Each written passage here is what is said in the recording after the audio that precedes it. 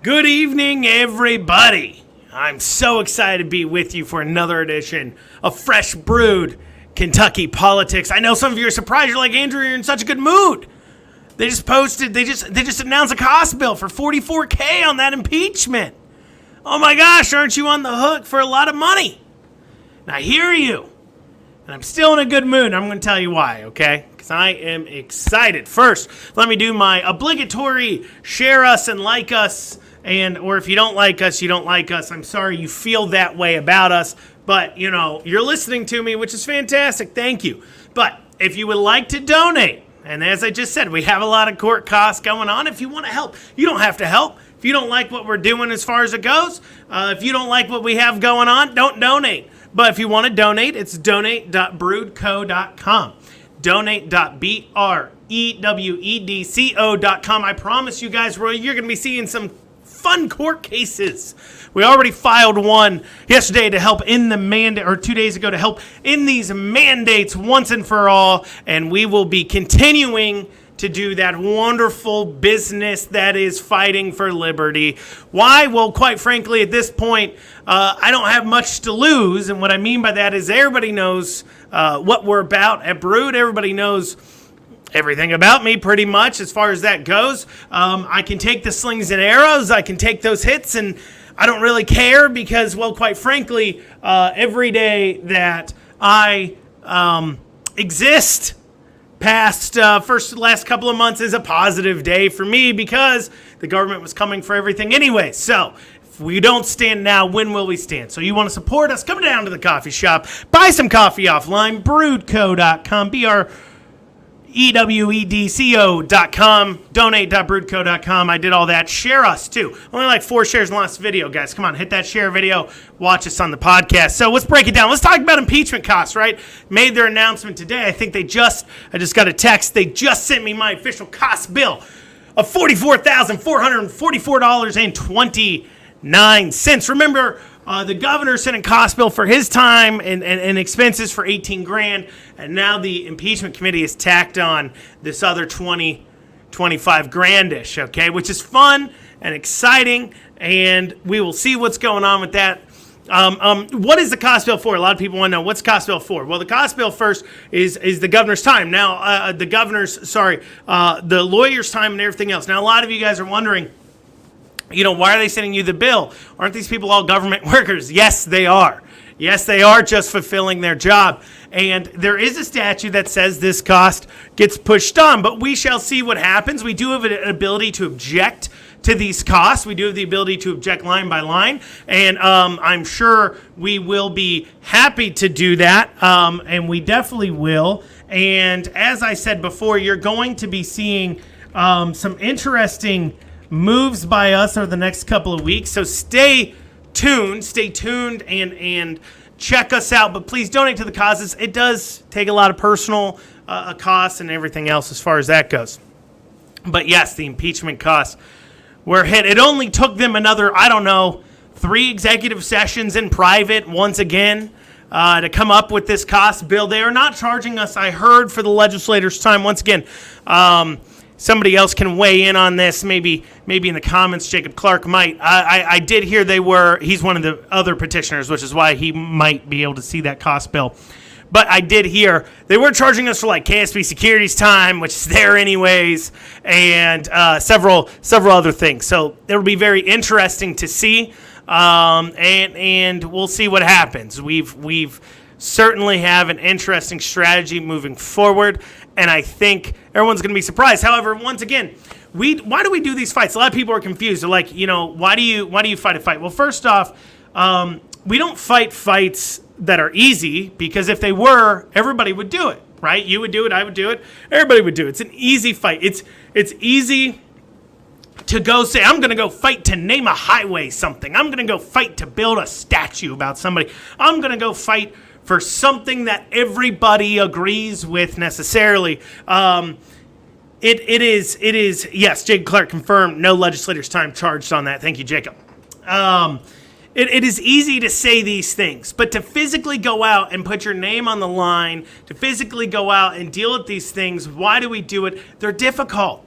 Some of them are long shots, some of them are not. Some of them are done in a trolling sense. Some of them are done to just make things freer. But what is our overall goal? What is my personal goal? A lot of people think it's about the money. It is clearly not, as we're getting hit with cost bills and risking quite a lot.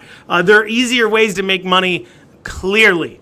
It would clearly probably be more profitable for me to just give this up and try to go get a job doing what I used to do before this. And maybe that's the case, I don't know. But one of the simple ideas that we fight for is this idea that you do have a right to your life, your liberty, and your property. And you have a right to that property. And I think we've seen this country, and I tack it back to when Obama said, you didn't build that. And me as a business owner, looking at that, where Obama says, you didn't build that, certainly I think changed a lot of the ways people think. And a lot of people don't realize this. I am but a high school graduate. I didn't go to college. I don't come from a rich family per se. It's not like my family gave me a lot. I will say I did have a good set of parents that taught me a lot about life and clearly raised me the right way, in my opinion. But they didn't give me money or anything like that. I worked very hard, and I continue to work hard, and when I advocate for these things, that's the thought process, right? I'm advocating for the American dream because I've seen it work. It's worked for me. It can work for others as far as, and what I mean by that is being able to take yourself and say, I can start my own business. I can fight for that American dream that is to be able to start here and finish much higher, and then also, and more importantly, be able to pass that on to your child. And for those who've never started a business or those who don't understand that concept, that is the idea. The idea is not to pass on to my child the ability to survive, the ability to pass on to others just this ability to just exist. The idea is to pass on a bigger and better world to your whoever comes after you, and that is the things to fight for. And the concept, and this important concept, that what you earn in life is yours. And I think we've seen that certainly fade away, but that's what that's what the Founding Fathers originally fought for. If you guys go back and read the Federalist Papers, I encourage you to do so. That is the original ideas, this original founding ideas, is the fact that you have a right to do what you want to do with your property, and we have a right to hold our government accountable. And that's what we fight for. And that's what the impeachment fight was about. It wasn't necessarily going to fix anything per se, because obviously there's no guarantees removing Andy would fix unemployment. There's no guarantees about that at all. What it is about, and what it will continue to be about, is holding them accountable for their actions. Incredibly important thing. So cost bill comes down $42,444. and 5 cents. I'm sure you're going to be seeing some news stories about that. Every time you see people commenting about it, just remember, we're still fighting on this one, and nothing is over yet. Okay, so moving forward as well, we saw some big things today with SB8 passing the House, going to the governor's desk, where I'm sure it will sit for 10 days to promptly be vetoed or just not signed and sent back in to the Senate and House to vote on it again and pass it. But it was passed in enough time to do this. What is SB8? That is the non-mandatory vaccine bill. It is important in a way. Right now, the COVID vaccine cannot be mandated because it is not FDA approved. And I made a joke about this earlier on our Facebook saying, the same people that sit there telling me that because I pushed back on government regulations, people were going to die. They're going to die. Everyone's dying. Those same people are advocating for individuals to take something that isn't approved by government regulation. Now, am I saying that means government regulation is bad, or am I saying that, well, I think it is to a point, overblown a lot of times. Am I saying that means necessarily vaccine is bad? No.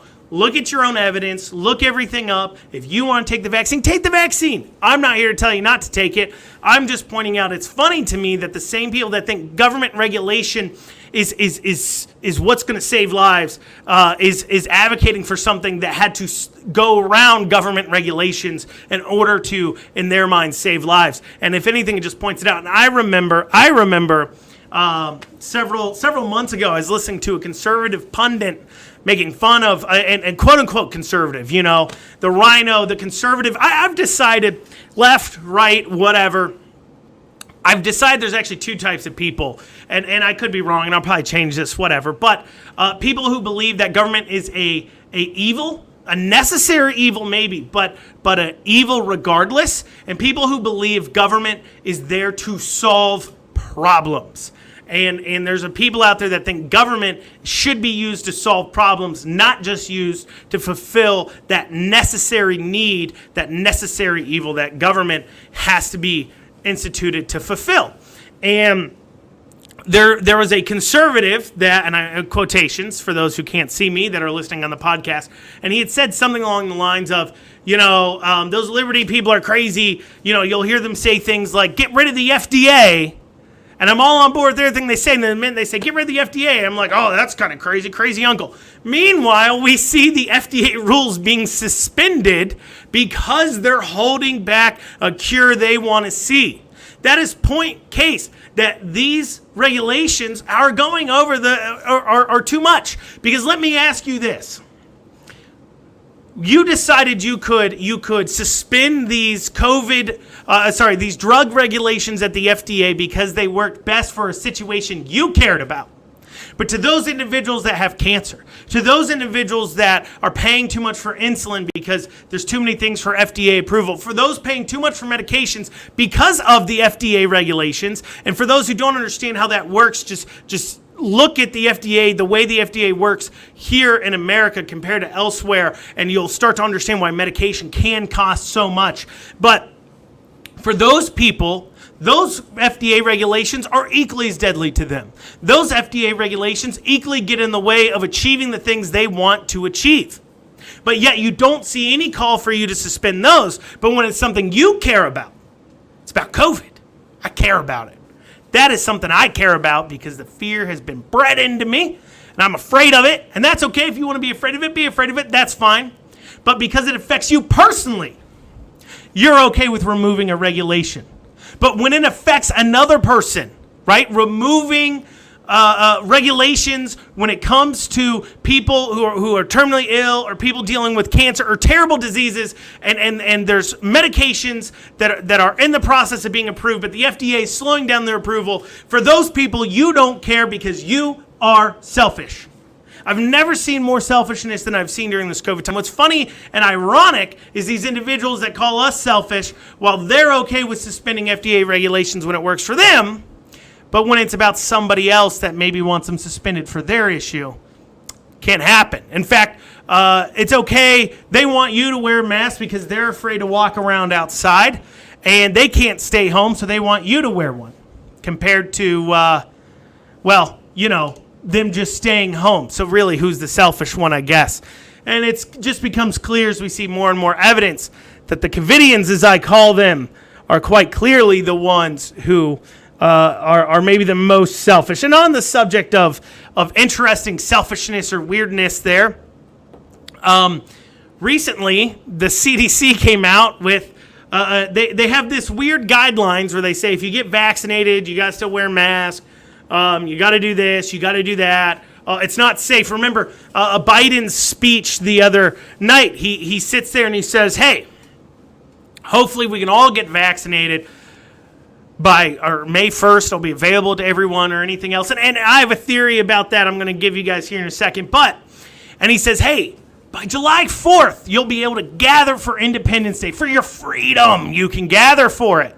But only with your neighbors. No large gatherings at all. But hey, you can barbecue with your neighbor next door by July 4th. Meanwhile, maybe he's not talking to the CDC. I don't know. But the CDC's sitting there saying if you are vaccinated, it's been a month, and you're in a room with somebody who had COVID, and you even are in that room for an amount of time longer than just a few seconds, you don't even need to worry about being quarantined. You don't even got to worry about getting tested. Don't worry about it. Go about your life.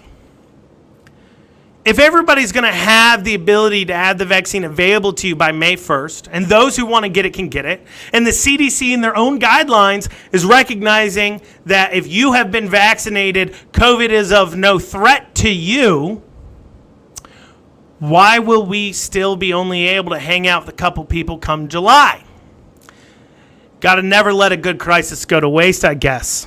And we'll be talking about how they're using this crisis to now fight the next thing on their list of agenda to turn it into a big old win for them is poverty. And we'll talk about that here in a second, about how to fight poverty. But speaking of Biden's speech, if you can call it that, it certainly seemed more like a meandering mumbling of a variety of subjects.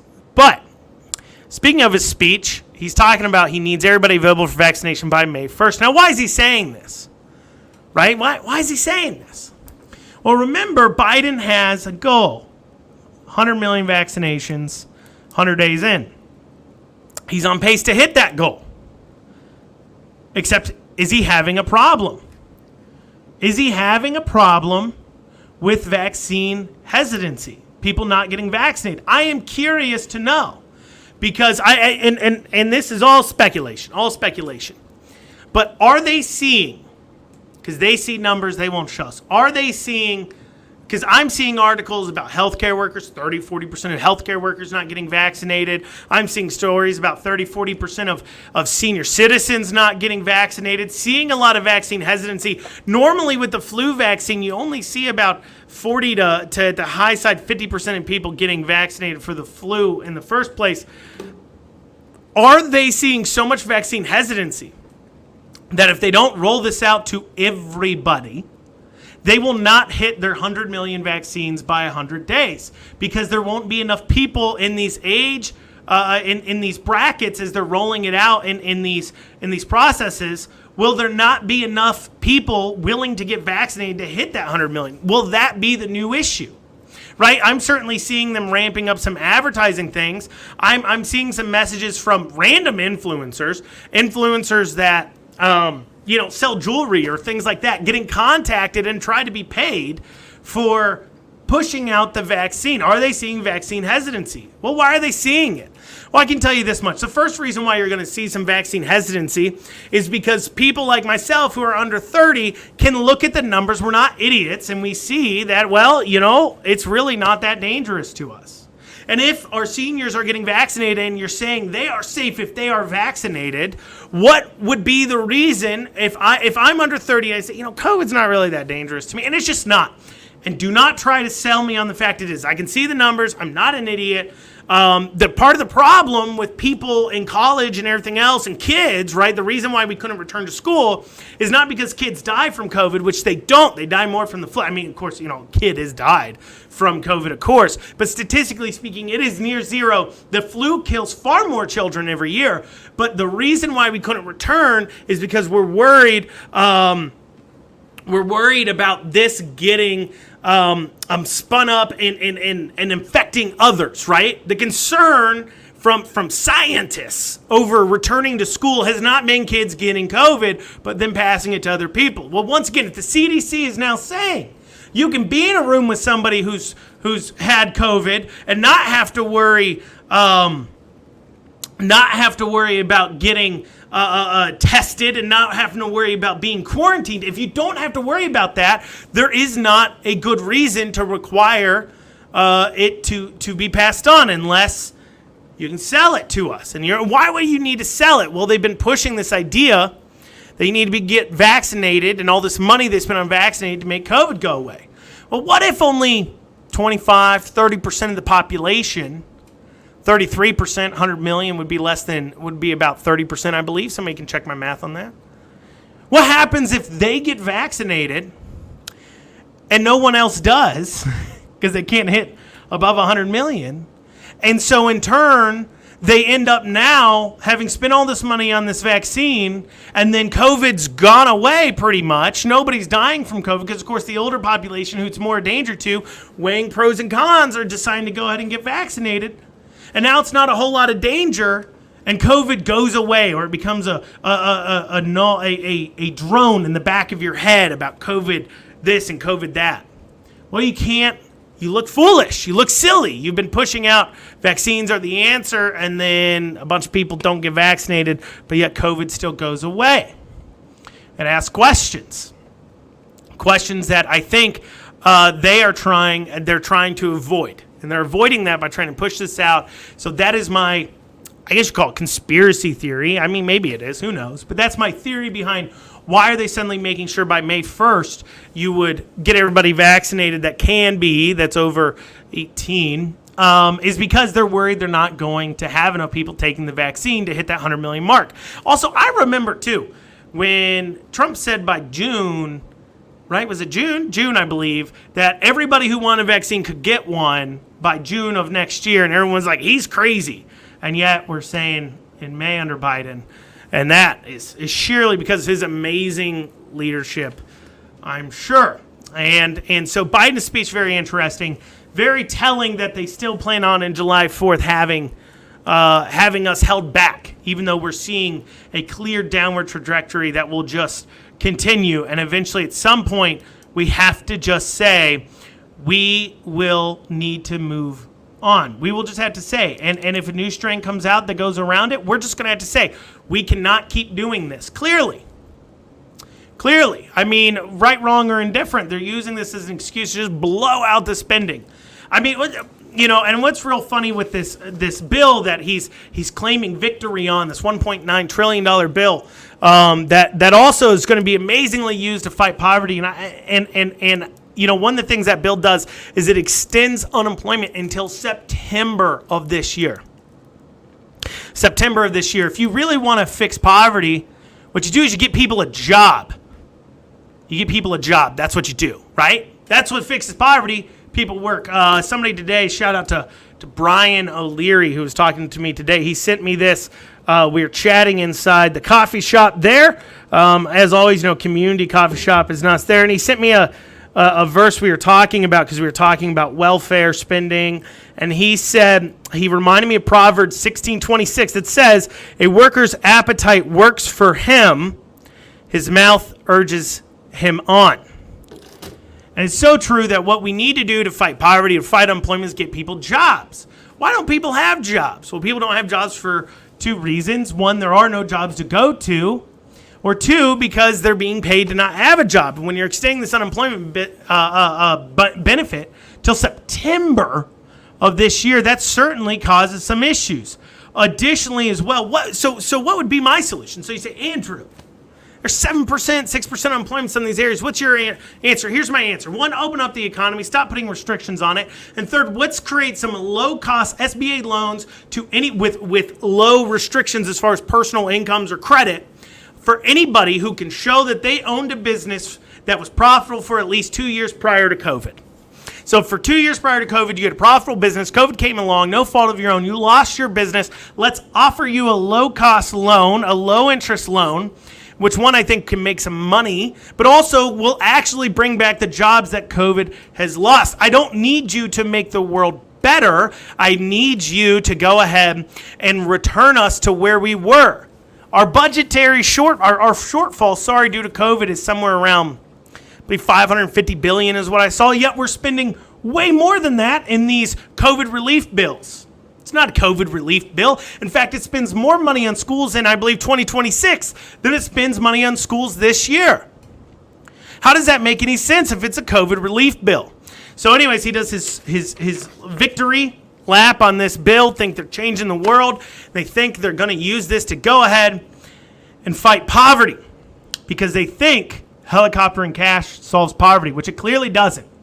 This is coming from the same strain of people that think you solve homelessness by giving homeless people a house. Do you think the person is homeless because they don't have a house and they just don't have one?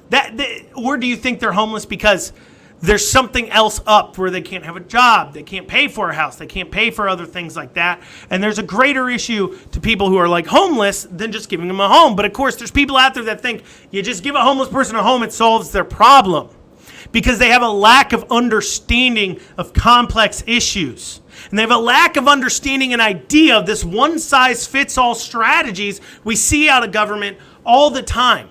Because they think That's how you do it. There's a one-size-fits-all. There's not. Each individual homeless person, for an example, and I know I'm getting off a tangent about homeless, but stay with me. Each individual homeless person has an individual story about how they became homeless. And each one has their own problem that needs to be solved. And this can only be served by their local community of nonprofits, not by government, elected bureaucrats who are controlled by lobbyists, but by local nonprofits that take the time to understand each individual person's story and how to fix that. But that's from the same people that think you solve homelessness by giving people homes, but you don't. But let's talk about poverty. How do you solve poverty, right?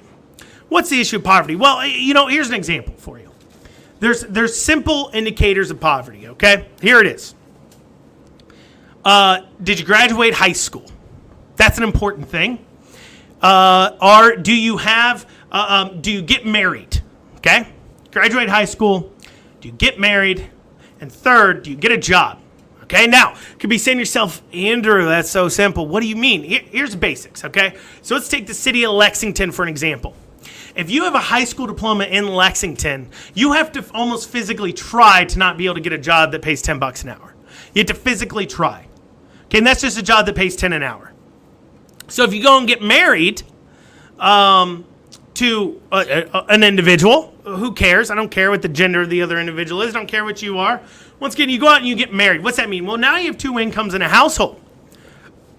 You're adults, right? You're supposed to, back in the 60s, 70s, 80s, when women started entering into the workplace more, we saw some price increases. In fact, Elizabeth Warren wrote a book about this called The Two-Income Trap. Quite frankly, in our society, you do have to have two incomes in a home as an adult if you want to be able to, if you want to really be able to live comfortably. You can in Lexington make $10 an hour and survive in Lexington, and I'd be happy to break that down. But I'm going to break down this idea of poverty, needing help from the government to survive. So, you graduate high school, and then you get married. And you both make $10 an hour. Well, how much is that? Well, let's take $10 an hour, and let's remove the 30% government VIG, okay? So both of you make $7 an hour, and you both only work 40 hours a week. Well, that is a household income of $29,120 or $22,426 a month. Let's take out $800 for rent. That's a pretty nice single bedroom apartment here in Lexington. I definitely think you could find one for cheaper, as I have done so in Lexington as an individual. You can take out $200 for utilities. We'll take out $800 for the two of you guys to eat, pay for your food. And what do you have left? Well, what you go ahead and have left there is $626. Let's take out $250 for a car payment. You guys are going to share a car. $150 for rent on that. That leaves you $226 for gas. You can survive on a two-income household for $10 an hour here in Lexington. You just can, and that's only if you make $10 an hour. Now, you can easily go over here in Lexington to Amazon or to any of these factories, and they hire constantly and make $13, $14, $15 an hour. Up yourself to $15, you make another net $3 or $4 an hour. Both of you do. That's an additional $1,039 a month. Keeping your bills the same, sharing a car, you now have $1,200 after your expenses. Now, you could be saying, Andrew, that's real easy to say, but what if there's all kinds of situations? You got your single moms, you got your other things. I hear you. I understand you. You got your people who don't graduate high school. I understand exactly what you're saying. But here's the problem when you say those things is you're asking government to take accountability for someone else's decisions. What do I mean by that? And I'm saying this as somebody opening up my life a little bit. I had my child when I was 19 years old and I was not married. What did I do? Right? What did I do? I only have a high school diploma. Remember this. I said, giddy up, let's go. And I got to work because I had a child I had to provide for, and I didn't expect the government to pay for my decisions. And that's what you're asking to do. When you're saying that, well, you got your singles mom with tons of kids or a couple kids, and single moms love you, right? A single dad for a while. So you got single parents with kids, you got other situations. You're describing a perfect situation of two people getting married shortly after high school, graduating, paying $10 an hour, getting paid $10 an hour. However, When you start asking society to pay for your personal decisions, that is a step too far for me. That's a step too far. You have your own decisions to make. You do have to pay for those decisions. Just like I myself accept the consequences of the actions of us fighting the government and fighting government control and overreach. Other individuals have to pay for those consequences. You have a kid early on, you got to get to work. That's a consequence, right? I'm not saying for the kid to go hungry. That's not what I'm asking for. And I'm not necessarily even saying that there shouldn't be any ways that the government can help out at all, right? What I'm saying is to believe you solve poverty, solve these problems by just helicoptering in cash is incorrect. It ignores what you're doing. What you need is people to get jobs. You need people to make better life decisions. You need to put people in a better position to make a good life decision. And you don't do that by just giving them cash. It incentivizes them actually to do the quite opposite. You do that by making sure you provide opportunities. And you don't provide opportunities as a government, necessarily. You provide opportunities using nonprofits, and you provide opportunities through different programs done at a city level. See, I think one of the greatest problems with our country as it was designed, one of our greatest issues we have here, is though our system of control, city, state, or city, county, government, state, federal, flows the way it's supposed to through the Constitution, right? As we see, the governors have the ability to declare emergency for the state, so on and so forth. What we don't see is the money, the tax dollars flowing in that same direction. And that's a long fight to do. But eventually, if we saw our tax dollars flowing in a different direction from town up to state, up to county, up to state, up to federal government, I think you'd see a lot. I think you'd see a little bit more differences. But that's still, I think that gives people more control over their tax dollars and how it's being spent. I think that one-size-fits-all programs don't work. I think paying every single person in the country the same amount of money and incentivizing bad behavior doesn't work. I think it comes from the same thought processes that say all you need to do to solve homelessness is give a person a house, which is quite frankly and simply just not true. Well, guys, that's my show for you guys today. Once again, if you want to help, you can donate to donate.broodco.com, BREWEDCO.com. You can also buy from us online, shop.broodco.com. Check us out in the shop, in the store. Enjoy coming by and supporting us there. As far as that goes, guys, thank you so much for listening, stopping by. Feel free to share us. Have a great day.